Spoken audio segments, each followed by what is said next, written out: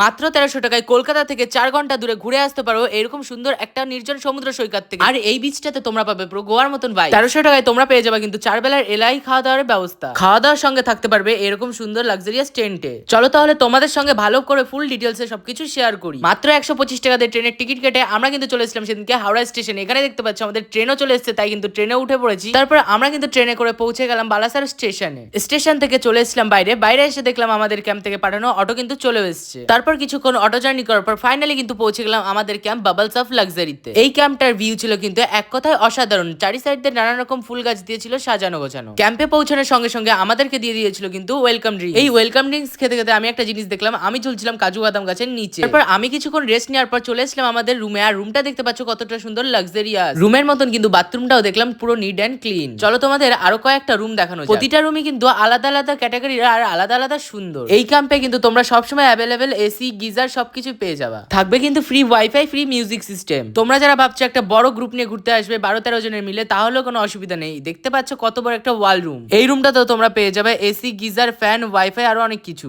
যারা ভাবছো একটু অ্যাডভেঞ্চার করবা তাদের জন্য রয়েছে কিন্তু এই অ্যাডভেঞ্চার টেন্ট গুলো। তোমরা যদি এই টেন্ট গুলোতে থাকো তাহলে কিন্তু করতে পারবে দারুণ একটা অ্যাডভেঞ্চার। কিছুক্ষণ রেস্ট নেওয়ার পর চলে এসলাম দুপুরের লাঞ্চ করতে। লাঞ্চে ছিল কিন্তু সমুদ্রের কাঁকড়া মাছ, কাতলা মাছের ঝোল, চিংড়ি মাছের মালাইকারি, ছিল কিন্তু আরো একটা সবজি। চলো তাহলে প্রথমে আমি ডাল দিয়ে তোমাদের খেয়ে টেস্টটা বলি। ডাল আর আলু ভাজা দিয়ে মুখে নেওয়ার পর বুঝতে পারলাম খাবার টেস্ট গুলো কিন্তু দারুণ হতে চলেছে। তারপর খেলাম এই ঝিঙে পোস্তর তরকারি দিয়ে, এটার টেস্টও ছিল কিন্তু দুর্দান্ত। এতক্ষণ আমি কিন্তু ওয়েট করছিলাম এই চিংড়ি মাছের মালাইকারিটাকে খাওয়ার জন্য। এই চিংড়ি মাছের মালাইকারির টেস্টটা কিন্তু এখন আমার মুখে লেগে রয়েছে। চিংড়ি মাছ খাওয়ার পরে কিন্তু আমি খেয়েছিলাম এই কাতলা মাছের ঝোল দিয়ে। এই সবকিছু খাওয়া দাওয়ার পর আমি খেলাম লাস্টে এই বড় সাইজের কাঁকড়া মাছটাকে। এটার টেস্ট আর কি বার বলবো, এখানের প্রতিটা খাবারই কিন্তু ঘরোয়া পদ্ধতিতে রান্না করা হয়। আমার কাছে তো দারুণ লাগলো। যাই হোক, খাওয়া দাওয়া কমপ্লিট করার পর আমরা কিন্তু যাচ্ছিলাম একটু সমুদ্রের দিকে। ক্যাম্প থেকে বেরোনোর পর পাবে এরকম সুন্দর একটা ঝাউ বাগান দেখতে, তারপরে কিন্তু পাবে দেখতে সমুদ্র। এই সুন্দর ঝাউ বাগান পার করে আমরা কিন্তু চলে আসলাম সমুদ্রতে। আর এখানে কিন্তু এসে দেখলাম দারুণ পরিমাণে ঢেউ হচ্ছে। তারপর কিছুক্ষণ এখানে আমরা অনেকগুলো করলাম ফটো ভিডিও শুট। তোমরা এখনো ফোন কাটতে কাটতে কি ভাবছো, এখানে আসবে? হ্যাঁ, একবার এসে ঘুরে যাও, দারুণ এনজয় হবে। স্ক্রিনে দেওয়া কন্ট্যাক্ট নাম্বারে অবশ্যই কন্ট্যাক্ট করে নাও। বিচ ঘোরা হয়ে গেলে আমরা গেছিলাম একটু বোট রাইড করতে। তোমরাও যদি বোট রাইড করতে চাও ক্যাম্পের দাদাদেরকে বলে অ্যারেঞ্জ করে দেবে। বোট রাইড করে আসার পর হয়ে গেছিল আর সন্ধ্যায় দেখো ক্যাম্পটা কিন্তু রঙিন আলোয় কিন্তু আলোকিত হয়ে গেছে।